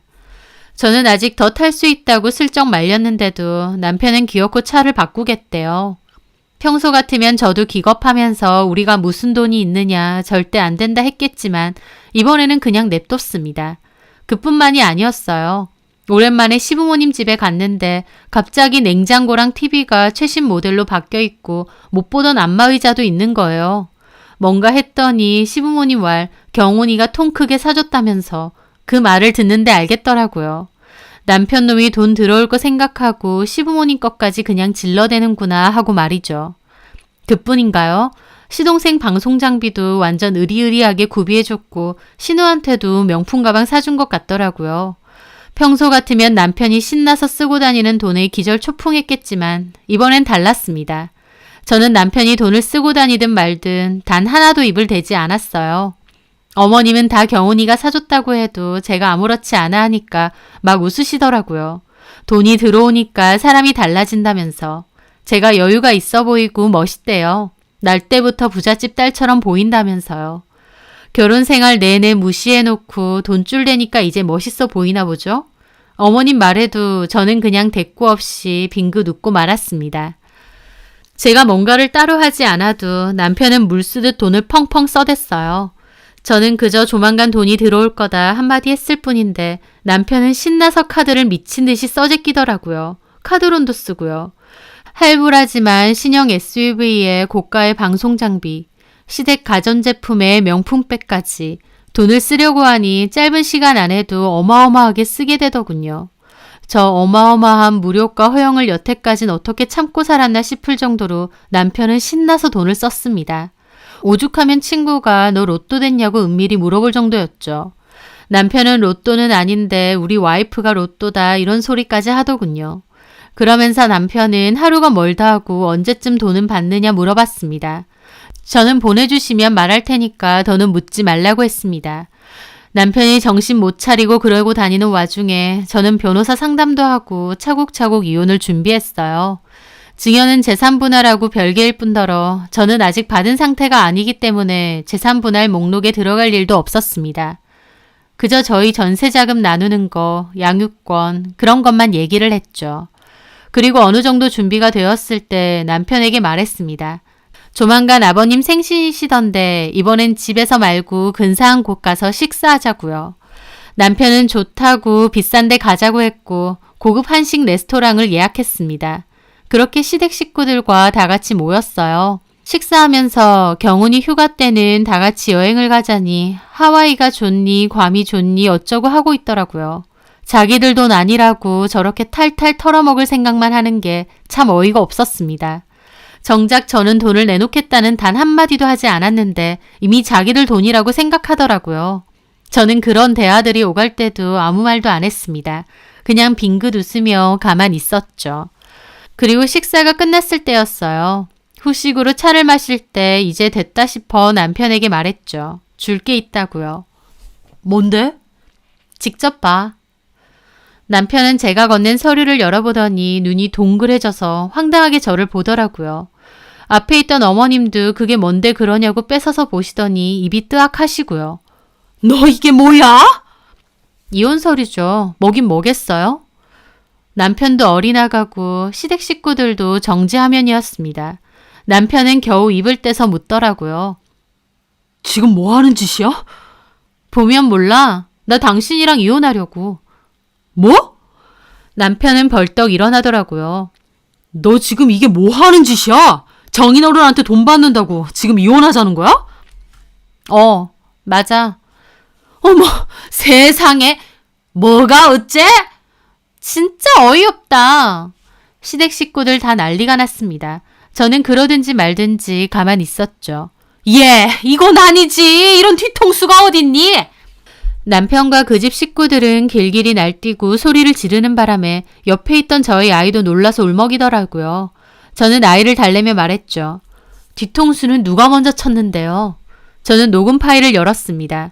거기에는 남편과 어머님의 통화 내역이 녹음되어 있었죠. 그걸 듣는 남편과 어머님이 헉 하고 놀라더라고요. 이걸 어떻게... 네가 나 나가라고 집안일 네가 다 하겠다 해놓고 방에서 신나게 통화하고 있더만. 뒤통수? 진짜 뒤통수는 누가 쳤는데 사람을 대놓고 돈줄 취급하네? 이런 소리까지 들어가면서 내가 더 참고 살아야 돼? 여태까지 그만하면 많이 참은 것 같은데? 너 무슨 말을 그렇게 해? 네가 참기는 뭘 참았는데? 너랑 결혼하느라 회사도 그만뒀는데 결혼하자마자 내내 밥순이 취급했지? 준영이 어느 정도 크니까 돈 안 벌어온다고 너나 너네 부모나 쌍으로 갈고대고 여태까지 무시당한 거 일일이 말하면 사흘 밤낮을 말해도 다 말 못해. 그래놓고 우리 집 보상받는다 소리하니까 앞에서 살살거리고 뒤에선 이런 욕하고 지렁이도 밟으면 꿈틀한다는데 너나 너네 식구들이나 끝까지 너무하네. 제가 따지고 들자 남편은 지도 발끈하려다가 일단은 저를 달래고 보더라고요. 그래, 너 서운한 거 많았나 보다. 결혼 생활하면 서로 서운한 거 많지. 그런 거 그냥 서로 묻어두고 참고 사는 거야. 그런 거 일일이 따져서 이혼하면 그게 무슨 가족이냐? 섭섭한 걸로 치면 나는 없겠어? 네가 섭섭한 게 뭐가 있는데? 결혼하고 나서 푹 퍼져서 지내고 화장은 아예 하지도 않고 관리도 안 하고. 저는 코웃음 쳤습니다. 겨우 그런 게 서운해? 그러는 너는 배는 남산같이 튀어나오고 잘 씻지도 않아서 냄새나고 나는 그래도 너한테 그런 소리 한 번도 한 적 없어. 너는 고작 그런 게 서운하니? 나는 하루가 멀다 하고 돈 안 벌어온다고 구박하고 무시하고 비교한 거. 뻔질나게 시댁 드나들고 시댁하면 밥 차리고 치우고 나 혼자 땀 뻘뻘 흘리면서 해야 되는 거. 시부모도 모자라서 신우 시동생까지 나 개무시하는 거. 당신은 살림은커녕 애 기저귀 한번 갈아준 적 없고 그러면서 툭하면 나더러 애 교육 잘 시키라고 애 똑바로 잘 키우라고 성질내던 거. 나는 그런 게 서운했거든? 근데 너는 고작 그딴 게 서운했어? 저는 그렇게 퍼붓고는 자리에서 일어났습니다. 이번 주 안까지 서류 작성할 거면 협의 이혼할 거고 아니면 소송 들어갈 거야. 나는 더 이상은 이렇게 안 살아. 왜 그렇게 살아야겠어? 우리 부모님한테도 말하니까 그렇게 참지 말래. 참, 어머님, 아버님, 우리 부모님 시골 사신다고 무시하셨죠? 누가 누굴 무시해요? 어머님, 아버님이나 돌아보세요. 저는 그렇게 말하고 가려는데 남편은 못 나가게 하고 난리를 치더라고요. 야, 너 사람 가지고 놀아? 너네 집에 돈 좀 생긴다고 바로 사람 팽하냐? 이런 법이 어딨어? 너하고 너네 식구야말로 돈 없으면 사람 취급도 안 했잖아.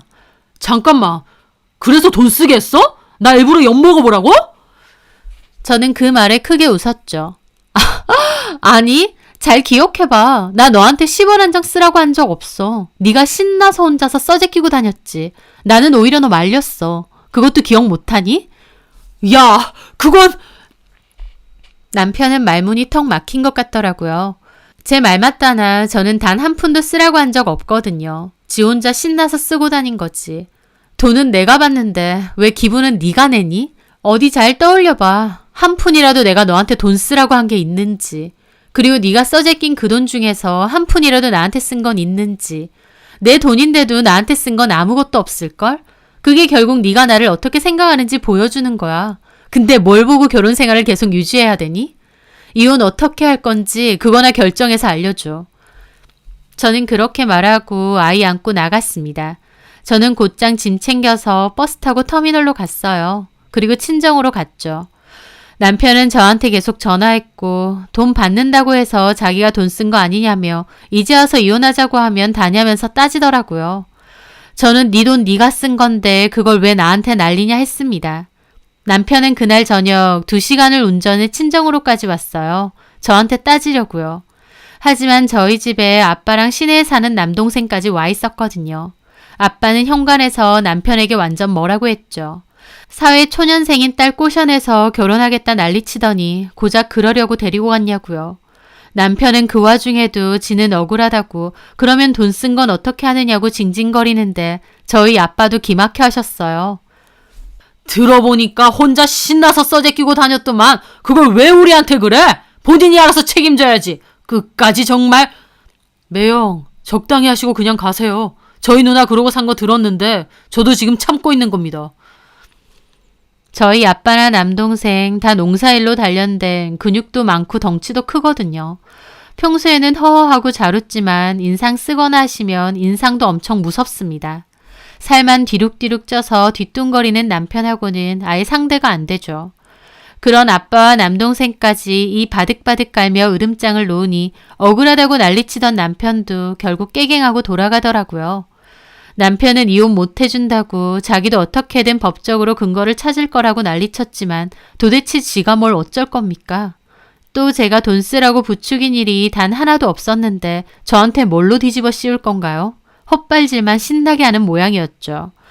소송 중에 답변서를 보니 남편은 새로 산 차부터 처분했답니다. 유지비도 많이 들어가고 갚아야 될 돈도 많다면서요.